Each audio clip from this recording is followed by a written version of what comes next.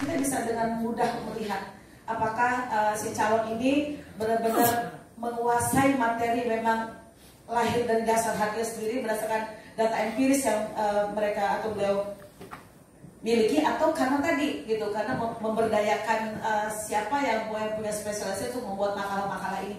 Itu akan sangat-sangat jelas terlihat pada saat panel itu dilakukan, bagi yang menguasai materi atau tidak. Nah, di dalam makalah itu juga itu tadi item-item tentang yang disyaratkan dalam apa namanya pasal 13 Undang-Undang 2006 tentang BPK itu juga di sana, tentang riwayat pendidikan, tentang apa namanya riwayat pekerjaan itu juga tercantum di sana.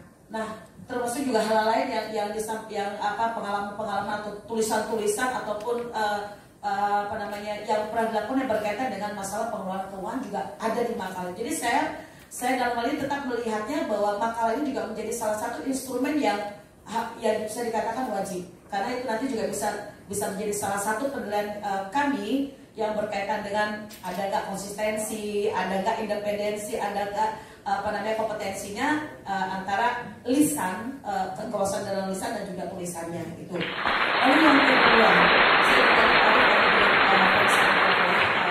media tadi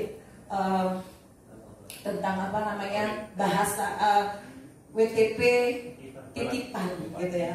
Nah, saya coba akan menyampaikan di sini sebatas yang saya pahami, sebatas yang saya tahu. Jadi seperti ini. Jadi memang dari beberapa rekomendasi atau apa namanya yang diberikan oleh BPK, mulai dari wajar tanpa pengecualian, wajar dengan pengecualian, lalu malah ada yang sampai kepada disclaimer atau tidak memberikan pendapat. Memang kadang-kadang itu sering apa namanya bertepatan dengan sesuatu yang misalkan begini, orang mengkaitkan begini, lo WTP kok besoknya ada OTT ya di tempat yang sama. WTP apalagi kalau bicara secara luas, ternyata masyarakatnya juga hidupnya apa namanya masuk dalam apa namanya program-program pengendalian dan pemberantasan kemiskinan dari program pemerintah. Nah, memang kadang-kadang seperti itu. Bahkan ada juga di daerah yang sampai apa namanya pendapat dari BPK disclaimer malah sana mana-mana saja tidak ada yang sesuatu yang sifatnya tadi yang berkaitan dengan apa namanya tindak pidana korupsi seperti itu. Ada juga yang seperti itu. Tetapi saya ingin memilih kalimat yang menurut saya ini tadi dalam konteks yang saya pahami dan saya rasakan. Jadi begini, jadi kalau orang sakit itu kan pasti biasanya datang ke medikal atau ke dokter lah gitu. Nanti dengan segala treatment, apakah pengarahan, apakah dengan cara obat-obatan, si orang sakit ini jadi sehat. Lalu kita tanya, apakah bapak ibu bahagia?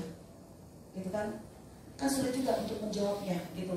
Karena tapi yang pasti harus dipastikan adalah orang bahagia karena salah satunya dia hidupnya sehat. Karena tadi sudah pergi ke dokter dan sudah diberikan treatment. Nah, maksud saya yang saya katakan dalam pemahaman saya tadi, kalau mengkaitkan dengan apa namanya status opini dari BPK terhadap pemerintah LKPD-nya pemerintah daerah, lalu dikaitkan dengan tindak pidana korupsi ataupun misalkan tadi yang lebih luas pada tingkat kesejahteraan masyarakatnya, yaitu tadi maksud saya tidak juga semerta-merta seperti itu, tapi bahwa wajar tanpa pengecualian itu menjadi salah satu syarat yang bisa dikaitkan dengan apa namanya akuntabilitas bagi pemerintah dalam melakukan pengelolaan keuangan di daerahnya, itu menjadi suatu hal yang memang harus dipahami secara baik gitu. Lalu yang ketiga, apakah hasil fit and proper test dari lembaga DPDRG ini ada jaminan akan menjadi sesuatu yang benar-benar menjadi suatu walaupun pada level pertimbangan untuk teman-teman di DPR khususnya di Komisi 11. Dari yang saya alami, dari saya yang jalankan selama saya menjadi bagian daripada Komite 4 DPD ini, bisa dikatakan sebagian besar iya, walaupun nama-nama yang kami rekomendasikan secara tertulis pada surat yang kami sampaikan paling lambat 1 bulan setelah surat ini masuk dalam proses penuh propertes itu, memang kami buat rank. Karena itu tadi dengan pertimbangan memang antara satu kontestan dan kontestan lain ini memang memiliki apa namanya nilai yang memang kejar-kejaran seperti itu. Jadi kami untuk memenuhi rasa apa namanya adil, untuk memenuhi rasa apa objektivitas kami membuatnya rank. Bisa dikatakan sebagian besar yang masuk dalam ranking yang kami buat itu 1 sampai 10 atau 1 sampai 15 itu akhirnya juga menjadi mereka yang terpilih di Komisi 11 di DPR RI.